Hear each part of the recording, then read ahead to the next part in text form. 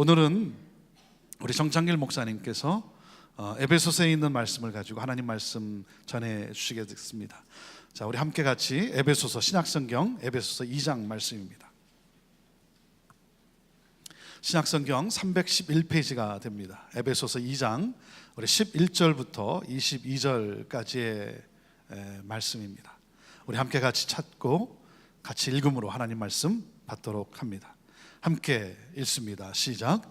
그러므로 생각하라. 너희는 그때 육체로는 이방인이요 손으로 육체 행한 할례를 받은 무리라 칭하는 자들로부터 할례를 받지 않은 무리라 칭함을 받는 자들이라.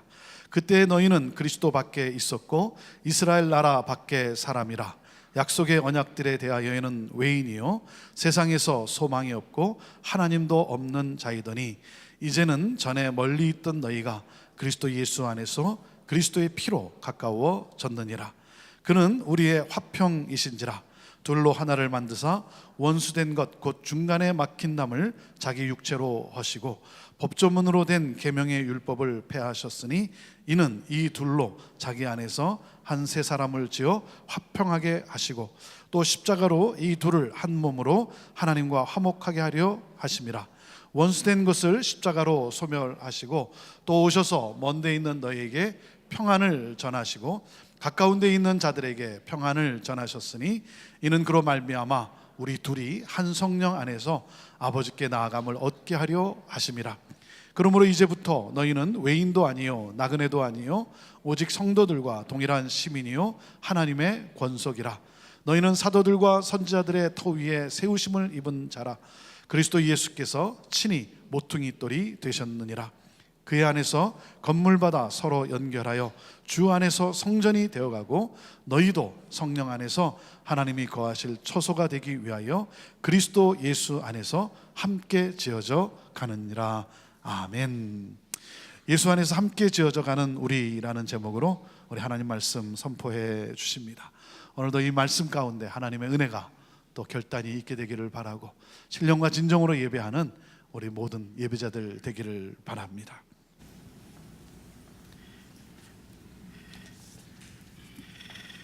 오늘도 하나님의 은혜가 우리 각 심령 위에 충만하게 부어지기를 바랍니다. 사랑하는 사람들은 특징이 있습니다. 사랑의 특징은 서로 함께하고 싶다는 것입니다. 헤어지기가 싫어집니다. 오늘도 하나님을 사랑해서 하나님의 전에 달려나온 여러분인 줄로 믿습니다. 사랑하는 성도님이 계시기 때문에 또 성도의 교제도 나누고 우리의 마음과 뜻과 정성을 다해서 예배할 때 하나님이 우리의 성도의 교제를 기뻐하시고 우리를 통해서 또 영광 받으실 줄로 믿습니다. 벌써 8월 첫 주를 맞이합니다. 특별히 우리 7월달, 8월달 두 달 동안 계속해서 우리 생명의 삶을 통해서 사도행전을 묵상합니다. 묵상하면서 정말 익사이팅한 거예요. 특별히 사도 바울을 통해서 전도 여행을 통해서 세워진 교회들의 이야기, 그 연장선상에 있는 우리 형제 교회이기 때문에 특별히 교회를 다시금 돌아보게 되고 하나님이 우리에게 주신 사명을 다시 한번 생각하는 그러한 시간이 아닐 수 없습니다. 혹시 여러분들 가운데 아직 생명의 삶 구하지 않았으면 우리 서점에 생명의 삶이 준비되어 있더라고요. 꼭 구입하셔서 매일매일 또 말씀을 묵상하며 말씀과 함께 주님과 함께 동행하는 그러한 시간이 되기를 바랍니다. 오늘 에베소서 2장에 있는 말씀은 특별히 사도 바울이 각별히 사랑했던 에베소 교회에 편지를 쓴 내용입니다. 에베소 교회 안에 일어날 또 어려운 일들이 일어나게 될 것을 예견했던 사도 바울이기 때문에 로마의 감옥에 갇혀 있을 때 들려왔던 에베소 교회의 이야기를 듣고 참 마음에 안타까움이 있었습니다. 그리고 그 에베소 교회가 다시 온전케 되어지고 정말 주님의 명령을 붙든 교회로서 사명을 온전히 이루어가기를 원했던 사도 바울이 편지를 써서 그들을 권면하고 새롭게 하는 것입니다. 에베소 말씀을 들어가기 전에 한번 사도 바울의 1차, 2차, 3차 전도 여행을 통해서 바울의 여정이 어떻게 되었으며 에베소 교회가 어떻게 세워졌는지 한번 또 짚어보고 교회를 향한 사도 바울의 생각과 교회를 바라보시는 하나님의 마음을 오늘 말씀 가운데 볼 수 있게 되기를 바랍니다. 사도 바울이 예수님을 만나고 나서 그에게 열정이 생겼습니다. 어떠한 열정이냐면 유대인이 아니라 이방인을 향해서 복음을 들고 나아가야 되겠다. 그래서 이 바울을 도와주었던 이 바나바와 함께 이방인 교회 최초로 세워졌던 안디옥 교회에서 파송을 받습니다. 가장 중요한 사람들인데 이 안디옥 교회는 바나바와 바울을 세워서 복음을 전하는 일에 선교사로 기꺼이 파송을 하죠. 그래서 이 바나바와 바울이 같이 동역하며 선교의 여정을 시작합니다. 그래서 1차 선교 여행이 진행이 되어집니다. 안디옥 교회로부터 시작이 되어집니다. 우리가 지도를 한번 보면 전체적인 그 내용이 이렇게 한눈에 들어옵니다. 안디옥에서부터 실루기아로 내려가서 거기서 배를 타고 키브로 섬에 들어갑니다. 이 구브로 섬은 바나바의 고향이었습니다. 그러니까 이 바울과 바나바가 같이 선교 여행을 떠나면서 무엇보다도 이 고향에 먼저 복음을 전하고 싶었던 그런 마음이 있었던 것 같아요.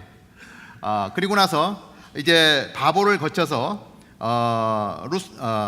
어디죠? 아실리아, 그리고 버가, 그리고 비두기아, 안디옥이 이렇게 두 가지가 있습니다. 똑같은 이름이 두 군데라서 수리아 안디옥하고 비두니아 안디옥을 구분을 좀 해야 됩니다. 그리고 이고니온으로 루스드라로 더베까지, 그리고 이 루스드라와 더베에서 특별한 사람을 만나게 되는데 그 특별한 사람이 디모데입니다. 아주 젊은 청년이 복음에 준비되어져 있는 사람을 만나고 앞으로 복음의 일꾼으로 변화되어지죠. 그래서 그 선교의 여정을 거꾸로 돌아서 갔던 길을 돌아서 다시 한번 복음을 전하면서 이제는 구브로 섬을 들으지 아니하고 바로 안디옥으로 돌아와서 안디옥 교회에 선교 보고를 하게 되어집니다. 이것이 사도 바울의 1차 전도 여행이었습니다. 구브로 섬을 지날 때에 특별히 그 루스드라 지역을 갈 때는 태어나면서부터 안진뱅이였던 사람을 기도 가운데 회복시킵니다. 놀라운 기적의 역사들이 일어나는 것이죠. 그러나 또 복음을 반대하는 사람들에 의해서 거의 마저 죽을 뻔한 그러한 일도 당하게 됩니다. 그럼에도 불구하고 1차 전도 여행이 끝난 후에 사도 바울은 2차 전도 여행을 시작합니다. 다시금 안디옥에서부터 시작을 합니다. 그런데 2차 전도 여행을 시작하면서 이 바울과 바나바가 문제가 생겼어요. 왜냐하면 1차 전도 여행을 떠날 때에 같이 갔던 마가 요한이 있었는데 그 마가 요한은 누구냐면 구브로의 사촌이에요. 근데 그 마가 요한이 1차 전도 여행을 떠나는 도중에 무슨 문제인지 모르지만 중간에 돌아가 버리고 맙니다. 그러니까 팀을 이루어서 사역을 하다가 팀이 깨지는 거예요. 그러니까 사실은 사도 바울의 입장에서는 굉장히 불편했음에도 불구하고 이제 마가 요한을 돌려보내고 1차 여행을 잘 마무리했습니다. 2차 전도 여행을 가는데 바나바가 이 마가 요한도 같이 가자는 거예요. 사도 바울은 1차 전도 여행에서 겪은 일들이 생각이 나면서 그렇게 어려움을 줬는데 마가 요한을 데리고 갈 수 없다. 그렇게 이야기하자 이 바나바가 굉장히 힘들어합니다. 왜냐하면 자기 조카니까 좀 아무래도 팔이 안으로 굽는다고 좀 같이 데리고 가고 싶은 마음이 있었던 거죠. 어쩌면 첫 번째 실수를 이번 2차 전도 여행에서 좀 마무리했으면 좋겠다 하는 마음이 있었을지도 모르겠어요. 그러나 이 문제로 인해서 바나바와 바울이 갈라서게 됩니다. 어려운 상황이 되어진 거죠. 바나바는 마가 요한을 데리고 다시 1차 전도 여행 때 떠났던 구브로를 향해서 가고요. 바울은 바나바 대신에 이제 신라를 택해 가지고 동역을 하면서 바나바가 떠난 곳의 반대 지역으로, 그래서 그 터키의 북쪽 지방을 향해서 나아가게 됩니다.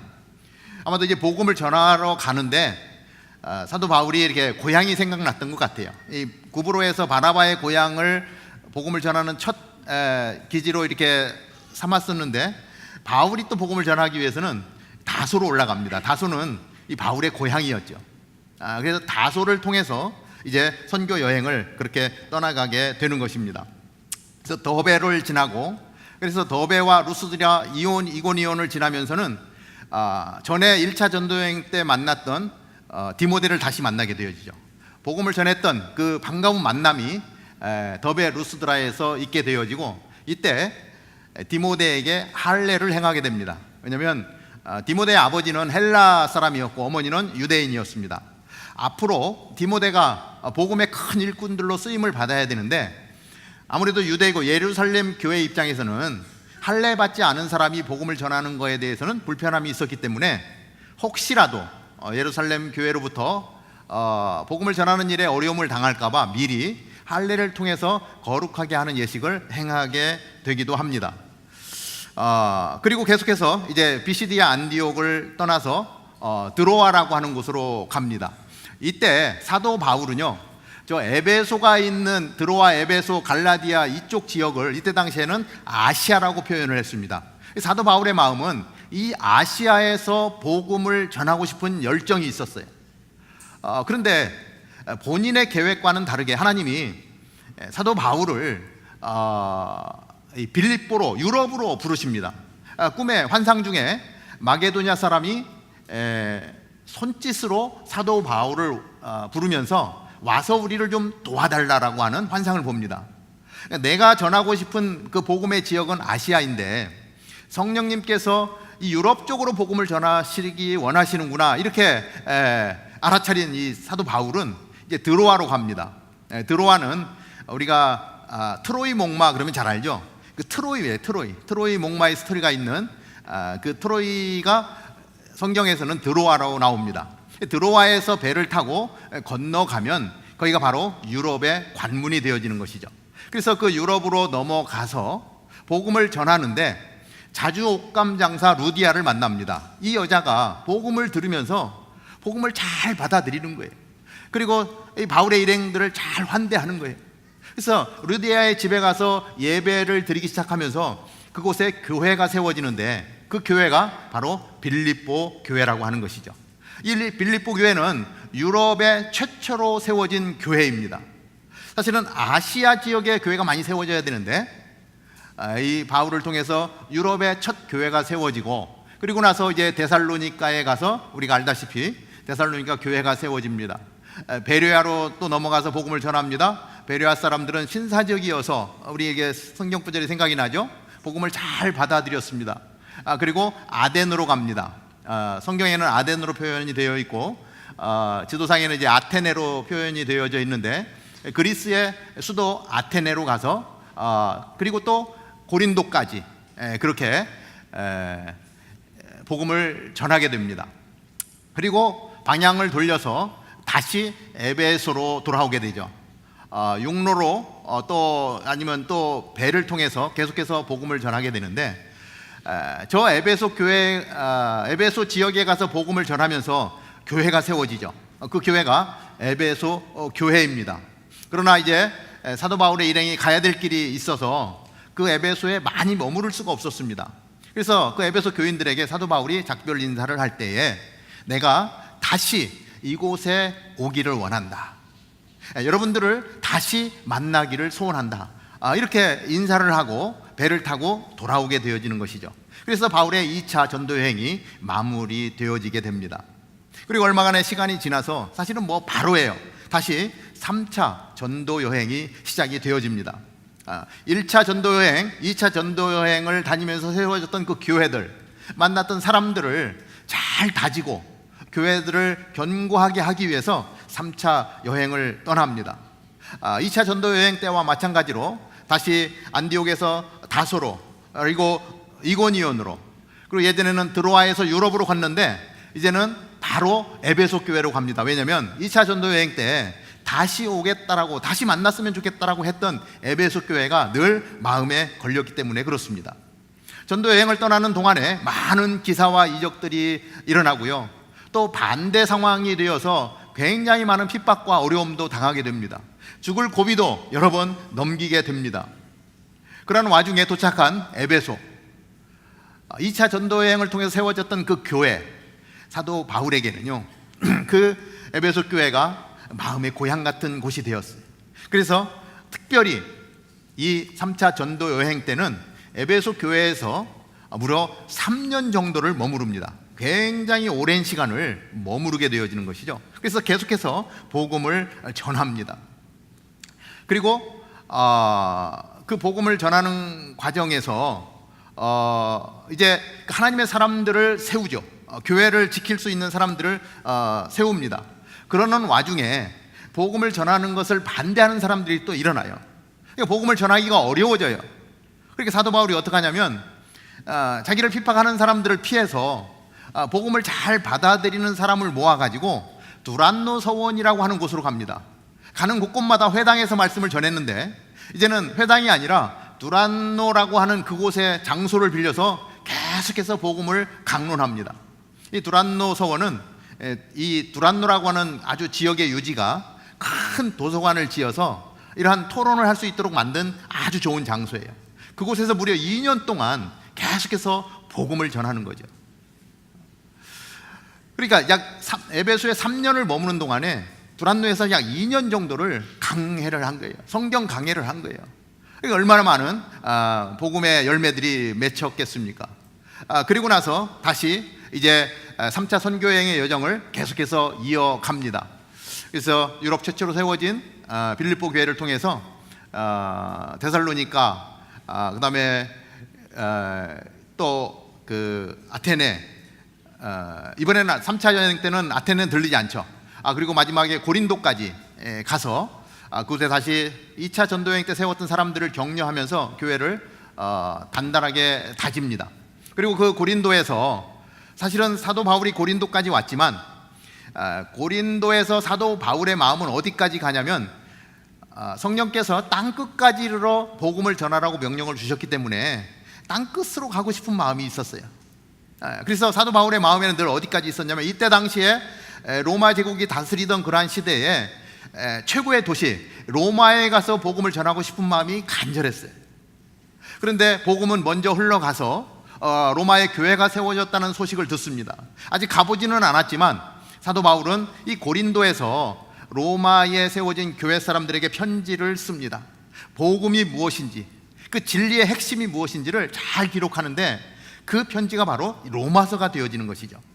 사도 바울의 마음은 로마도 있지만 사실은 그 너머까지예요. 어디까지냐면 이때 당시에 땅끝이라고 여기던 스페인까지입니다. 그래서 로마를 지나 스페인까지. 이 사람들은 스페인에서 배를 타고 가면 배가 낭떠러지기로 이렇게 떨어지는 걸로 생각을 했었기 때문에 땅끝이 스페인이라고 생각을 했어요. 사도 바울은 나는 여기까지 갈 거야.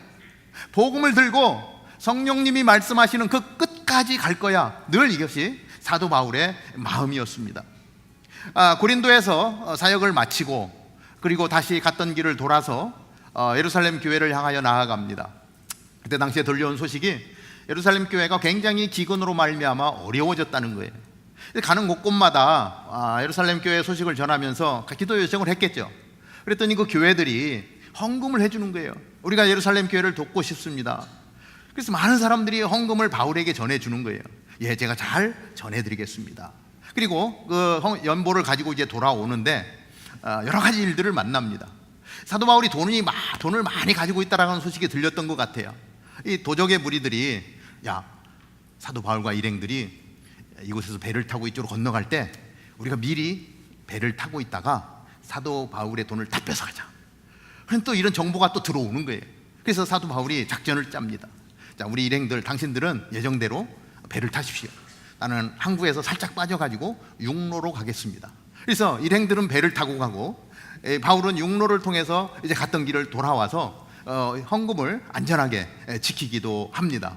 그래서 배를 타고 걸어서 또는 육지로 다양한 방법으로 이러한 길을 갔던 길을 돌아오게 되는 것이죠. 사도 바울의 마음에는 어떤 마음이 있었냐면 돌아가는 길에도 에베소 교회에 좀 들러서 뭐 장로님들도 좀 만나고 성도들도 만나면서 더 교제를 했으면 좋겠는데 예루살렘 교회가 너무 어려우니까 빨리 돌아가기를 원하는 거예요. 그래서 에베소 교회를 지나서 옆길로 그냥 지나갑니다. 그러는 와중에 밀레도라고 하는 곳에 왔는데 밀레도에 도착한 순간에 어떠한 연유인지 모르지만 더 이렇게 갈 수 없는 상황이 되었어요. 그러다 보니까 시간이 좀 남으니까 빨리 사람을 보내서 에베소 교회 장로들을 청합니다. 그리고 장로님들에게 에베소 교회를 맡기는 아주 권면의 말씀을 전해주죠. 에베소 교회를 좀 건강하게 지켜주십시오. 왜냐하면 계속 들려오는 소식이 사도 바울이 예루살렘으로 돌아가게 되어지면 아마 거기서 큰 어려움을 당할 거라는 소식이 들려와요. 그리고 성령님께서 이렇게 증거들을 보여주시는 거예요. 예언자들을 통해서 네가 예루살렘에 가면 결박을 당해서 끌려갈 거야. 그렇게 사람들이 사도 바울을 염려하는 거예요. 선생님, 예루살렘 안 가면 안 되겠습니까? 다른 곳에 가서 복음을 전하면 되잖아요. 거기 너무 위험합니다. 그래서 사도 바울이요, 그 권면을 듣지 않습니다. 그리고 특별히 그 밀레도에서 에베소 교회 장로님들을 불러서 장로님들에게 에베소 교회를 부탁할 때 세 가지를 부탁을 해요. 뭐냐면, 앞으로 교회가 이렇게 세워졌지만 교회에 많은 어려움이 올지도 모릅니다. 그러면서 어떻게 표현하냐면, 사나운 이리떼가 교회 가운데 들어와서 양떼를 아끼지 않고 훼손할 것입니다. 앞으로 그런 일이 있을 때에 우리 장로님들이 좀 분별력을 가지고 이것이 양인지 일인지 구분을 하면서 양떼들을 좀 잘 세워줬으면 좋겠습니다. 그렇게 부탁하는 거예요. 그러면서 또 하나 얘기하는 게 뭐냐면, 그리고 또 하나는 여러분들 중에도 장로님들이 모여 있는 거예요. 여러분들 중에서도 당신들의 세력을 만들면서 나를 따르게 하는 사람들을 모아가지고 교회 안에 자기의 세력을 확장하려고 하는 사람들도 생겨날 것입니다. 제발 그런 짓 좀 하지 마십시오. 그래서 에베소 교회는 좀 거룩한 교회, 건강한 교회로 세워졌으면 좋겠습니다. 이렇게 부탁하는 거예요. 그리고 내가 이제 이곳을 떠나면 다시는 여러분들의 얼굴을 못 볼지도 모릅니다. 왜냐하면 계속 예루살렘에 가면 어려움을 당할 가능성이 많기 때문에 어쩌면 마지막으로 여러분들의 얼굴을 대하는 것일지도 모르는데, 이것이 내 유언과 같은 이야기입니다. 제가 권면하는 거 잘 좀 지켜주시고 교회를 거룩하게 세워갔으면 좋겠습니다. 이것이 사도 바울의 마음이었어요. 그리고 예루살렘 교회로 돌아오자 사도 바울은 예정대로 염려했던 대로 결박당해서 죄수의 신분으로 묶이는 신세가 되어졌던 것이죠. 그래서 계속 그 이후의 여정은 이제 어쩌면 바울의 4차 전도 여행이라고 이름을 붙일 수도 있지만, 그 여정 가운데 이제 결국 죄수의 몸으로 로마까지 갑니다. 그 사이에 1차, 2차, 3차 전도 여행을 통해서 뿌려졌던 복음의 씨앗의 그 열매들이, 소식들이 계속 들려오는데, 그 중에 들려오는 얘기 중에 하나가 에베소 교회에 혼란이 오고 이리들이 들어와서 양떼들을 해치고 장로들이 팔을 쥐어서 자기의 세력을 확장한다라고 하는 이런 소식이 들려오는 거예요. 그렇게 당부했건만 기어코 그런 일들이 일어나는 거예요. 그 소식을 들으니까 너무 가슴이 아픈 거예요. 내가 그렇게 염려했는데, 장로님들에게 부탁을 했는데 결국은 일어나고 말았구나. 그래서 그 아픈 가슴에 그 로마 감옥에 앉아서 에베소 교회를 바라보면서 편지를 쓰는 거예요. 그것이 바로 이 에베소서라고 하는 것이죠.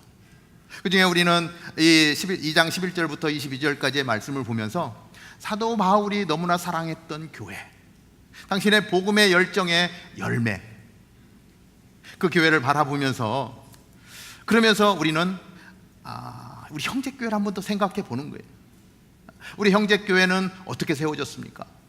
사도 바울의 복음의 열정, 그 전도의 여정이 계속해서 다른 사람들이 바톤을 이어받아 그 사명을 완수하는 가운데 유럽에서 복음의 꽃이 피우게 되었고, 그리고 그 복음은 미국으로 흘러가지 않습니까?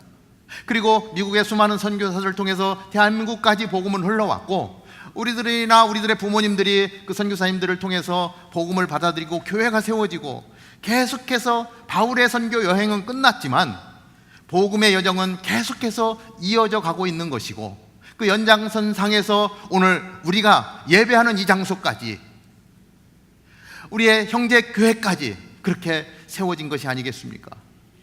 그렇다면 어쩌면 에베소 교회에 일어나는 일들이 우리 교회에서도 얼마든지 일어날 수 있는 것이고, 오늘 에베소 교회를 바라보면서 바울이 권면하는 이야기들이 우리에게 가장 필요한 이야기가 될 수도 있겠다, 이러한 생각을 해보게 되는 것입니다. 장로님들이 바울에게 이야기합니다. 예루살렘 교회로 가지 마십시오. 거긴 너무 위험합니다. 이미 죽을 고비를 많이 넘겼던 바울이었어요. 근데 바울이 그 장로님들의 이야기를 들으면서도 뜻을 굽히지 않습니다. 그 내용이 사도행전 20장 24절에 기록이 되어져 있는데 사도 바울의 고백이에요. 어떻게 말씀하냐면, 내가 달려갈 길과 주 예수께 받은 사명, 곧 하나님의 은혜의 복음을 증언하는 일을 마치려 하면은 나의 생명조차 조금도 귀한 것으로 여기지 아니하노라. 예루살렘에 가면 죽을지도 모른다는 거예요. 그럼에도 불구하고 그러나 나는 가겠다는 거예요. 이게 내가 해야 될 일이기 때문에 내가 멈출 수 없고 내 생명을 들여서라도 복음을 들고 가겠다라고 말씀하는 거예요. 나중에 영적인 아들 디모데에게 편지를 쓰는데 디모데후서 4장 7절에 같은 내용을 이렇게 기록을 해요. 나는 선한 싸움을 싸우고 나의 달려갈 길을 마치고 믿음을 지켰으니. 거의 유언과 같은 얘기 가운데 내가 정말 최선을 다했다라고 그렇게 말씀하고 있는 것을 보게 됩니다. 오늘 에베소서 2장의 말씀을 통해서 교회가 무엇인지를 다시 한번 보게 해요. 11절에 보면 이렇게 시작을 하죠. 그러므로 생각하라. 지금 에베소 교회에 편지를 보내면서 너희들 한번 생각해 봐라 이거예요. 너희가 그때는 할례도 안 받은 사람들이었고 할례 받은 사람들이 너희들을 굉장히 무시하던 그러한 이방인이었다, 이렇게 이야기하고 있는 거예요. 너희들은 12절에 보면 그리스도 밖에 있던 존재고 이스라엘 나라 밖의 사람들이었다. 이스라엘 선택된 백성에게 주셨던 약속의 언약들에 대해서 너희는 아무 상관없는 그러한 사람들이었다. 세상에 소망이 없고 하나님도 없는 그러한 이방인이었을 뿐이다. 너희가 그런 존재였던 것 다 잊어버렸냐라고 하는 거예요. 처음을 한번 생각해 보라는 거예요. 그러면서 그런 너희들에게 예수 그리스도의 보혈의 은혜가 임하지 않았냐는 거예요. 그래서 이제는 전에 멀리 있던 너희가 그리스도 예수 안에서 그리스도의 피로 가까워졌느니라. 까마득하게 멀었던 너희에게 이제는 예수 그리스도의 피로 가까이, 그리고 그 은혜로 성도가 되어지고 너희들 교회를 통해서 하나님과 상관이 있는 그러한 사람들이 되어지지 않았냐라고 이야기합니다. 20절에는 이렇게 기록을 하죠. 너희는 사도들과 선지자들의 터 위에 세우심을 입은 자라. 그리스도 예수께서 친히 모퉁이 돌이 되셨느니라. 예수님이 모퉁이 돌이 되어지고 성도와 성도가 모여서 건물을 이루어가는, 그래서 22절에 보면 성령 안에서 하나님이 거하실 처소가 되기 위하여 그리스도 예수 안에서 함께 지어져 가느니라. 지금도 지어져 가는, 아직은 미완성이지만 그러나 완성을 향하여 나아가는 그러한 교회다라고 말씀하고 있는 것을 보게 됩니다. 예수님의 보혈의 은혜가 부어지자 신분이 바뀌었다라고 이야기하는 거예요. 너희가 아무 상관이 없는 자였는데 이제는 하나님 나라의 시민이 되었고 하나님 나라의 가족이 되었다. 그런데 교회 안에 이것이 무슨 일이냐는 거예요. 그렇게 은혜가 주어져서 천국 시민권을 얻었는데 교회 안에 이루어지고 있는 일들은 무엇이냐라고 하는 거예요. 그러면서 예수 그리스도의 보혈의 능력을 말씀하고 있는 거예요. 그 보혈의 능력은 에베소 교회뿐만이 아니라 오늘 우리가 있는 우리 교회 가운데도 그 보혈의 능력은 우리 가운데 은혜로 다가와 있는 줄로 믿습니다. 오늘 예수님의 보혈은 사탄의 손에서 나를 구속하시는 거예요. 한번 같이 해보면 좋겠어요. 한번 따라 하실래요? 예수님의 보혈은 사탄의 손에서 나를 구속하셨습니다. 예수님의 보혈은 모든 저주에서 나를 구속하셨습니다. 예수님의 보혈은 나를 위하여 영원한 언약을 이루어 주셨습니다. 오늘 17절에는 이렇게 말씀하고 있어요. 또 오셔서 먼 데 있는 너희에게 평안을 전하시고 가까운 데 있는 자들에게 평안을 전하셨다. 보혈의 능력, 십자가의 능력, 십자가는 둘을 하나로 만드시고 깨어진 관계를 회복시키는 놀라운 은혜로 찾아오셨다라고 하는 거예요. 예수님의 보혈이 하나님과 또 다른 사람들 그리고 모든 피조물들 그 가운데 평안을 전하셨다는 거예요. 평강과 화해를 누리게 하셨다라고 하는 것입니다. 이것이 예수님의 보혈의 능력이다라고 말씀하시는 거예요. 그 은혜가 에베소 교회에 있다라고 하는 거예요. 생각해 보라는 거예요. 다시 돌아보라는 거예요. 교회가 흔들리는 이러한 모든 것들 속에 잊어버렸던 그 은혜를 다시 회복하라고 하는 것입니다. 어떻게 보면 에베소 교회에 있었던 이러한 문제들은 이 땅에 있는 모든 교회들 안에 동일하게 있는 문제일 거예요. 막 그룹이 나누어지고요, 때로는 나를 자랑하고 싶고요, 보혈의 능력이 아니라 내 능력을 막 드러내고 싶고요, 이런 일들이 우리 가운데 일어나는 거예요. 하지만 이것이 정상이에요. 왜? 아직은 미완성이니까. 그래서 오늘 사도 바울이 이야기하는 거예요. 예수 그리스도 안에서 함께 지어져 가는 거다.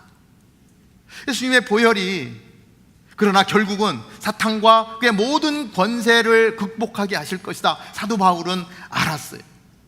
예수님의 보혈이 우리의 영원한 기쁨의 근원이 되는 것 사도 바울은 알았어요. 그것만 회복하면 교회는 흔들리지 않고 건강하게 거룩하게 세워져 가게 될 것이다라고 사도 바울은 말하고 있는 것을 보게 됩니다. 이 권면의 말씀은 우리가 받아야 되는 권면의 말씀이고, 오늘 우리 안에 이러한 모습들이 있다면 다시 옛날을 생각하면서 은혜 받았던 때를 생각하면서 다시 그 은혜 앞에 우리가 무릎 꿇고 나를 내려놓을 때 우리를 통해서 하나님은 우리 교회를 더욱더 건강하게 그렇게 세워져 가게 될 줄로 믿습니다. 우리가 조금 전에도 영상을 보았지만 1년 전에 벨뷰 캠퍼스를 시작했지 않습니까? 물론 그 전에 벨뷰 새벽 기도 처소가 계속해서 드려졌고, 이제 하나님의 때에 벨뷰 캠퍼스가 세워지고 우리가 영상에서 보았던 그러한 일들이 계속해서 일어나고 있습니다. 형제교회를 통해서 끊임없이 또 벨뷰 지역의 그 주변 지역에 복음을 전하는 일에 우리가 쓰임받고자 그렇게 교회를 세워가고 있습니다. 사도 바울로부터 우리는 바톤을 이어받은 자예요.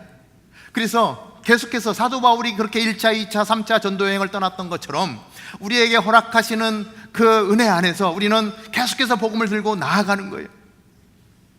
한 1년 반 전에는 다운타운 캠퍼스가 세워지지 않았습니까?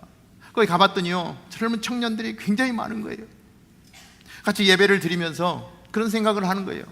한국의 요새 대학생의 복음화율이 3%라는데 이 대학생들이 자라서 주축이 되었을 때 한국 교회는 어쩌면 미전도 종족과 같이 변해버릴 3%대의 아주 저조한 복음이 없는 나라가 될지도 모르는데, 지금 이 젊은이들에게 복음이 들어가고 구원의 은혜를 누리게 되어지면 조국에 돌아가서 일꾼들이 되어지고 한국 교회를 세워가고 또 미국에 남아서 사역을 하게 되는 사람들은 또 이 땅 가운데 교회를 세워나가는 그러한 하나님의 사람들이 되지 않겠는가. 그러면서 그들이 어떻게 보면 땅끝까지 복음을 전하라고 했는데 그들이 어쩌면 땅끝인 것 같은 거예요. 하나님, 여기까지 복음을 전하겠습니다. 정말 복음의 능력이 이들의 삶 가운데 은혜로 부어져서 사도 바울과 같이 그 인생이 변해지면 이들을 통해서 하나님은 또 다른 하나님의 나라를 세워가며 하나님의 기적의 역사들을 이루어가지 않겠습니까? 이러한 소망이 생기는 거예요. 학생들이 많아지니까요, 막 예배를 같이 드리는데 끝나고 순모임을 해야 되는데 순모임할 장소가 없는 거예요. 이거 어떻게 하면 좋죠? 그래서 근처에 있는 카페를 빌려가지고, 영업하지 않는 카페를 빌려서 한 셀을 막 집어넣어서 셀 모임을 하게 하고, 그래도 안 되는 거예요. 그러던 중에 하나님이 천사를 보내주시더라고요. 우리 장로님들 통해서 우리가 쓸 수 있는 또 하나의 예배 처소를 허락하시는 거예요. 그래서 그 미국 교회에서 예배를 드리고 이제 순으로 만나고 셀로 만나는 이런 부분들은 이 장소를 쓸 수 있게 되니까 숨통이 막 터이는 거예요. 그래서 그 장소를 새롭게 지금 꾸미고 있습니다. 저희들 막 페인트를 칠하고요. 아주 뭐 이제 남들이 쓰던 장소니까, 그래서 청년들 불러서 같이 페인트를 칠하고, 또 우리 교회 장로님 중에 페인트 하시던 분이 견적을 받았더니 너무 비싸니까요, 내가 해줄게. 그래서 정말 와서 수고하고 애쓰고 저 장소를 막 저렇게 변화시키는 거예요.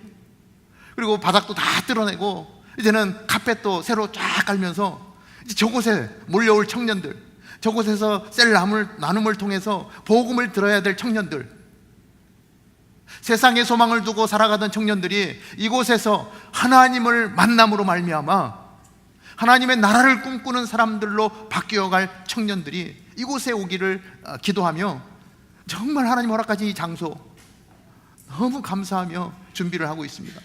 이제 그 안에 채워야 될 내용들이 아직도 까마득해요. 하나님이 어떤 천사를 보내주실지 모르겠어요.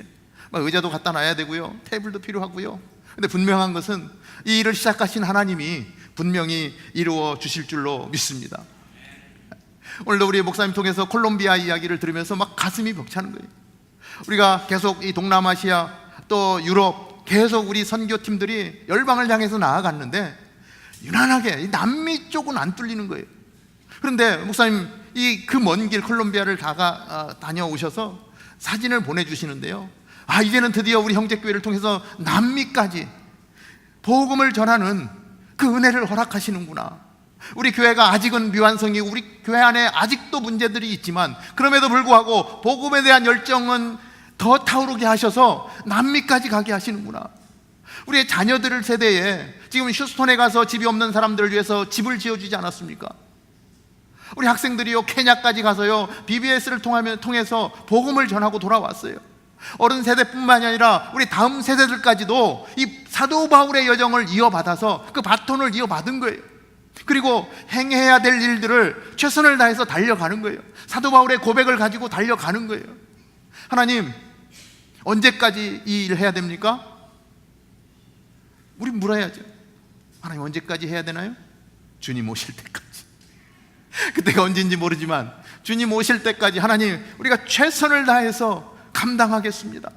우리 안에 문제가 있지만 하나님 그 문제 바라보지 아니하고 우리에게 주신 열정 가지고 열방을 향해서 땅끝을 향해서 나아가겠습니다. 그래서 막 전도 폭발팀들이 복음을 가지고 전도자를 세우러 중국으로 가고요, 우리 미션 빌더 팀들이 프랑스에 가서 그 허물어져가는 집을 다시 세워주고요, 앞으로 또 기니도 간다 그래요.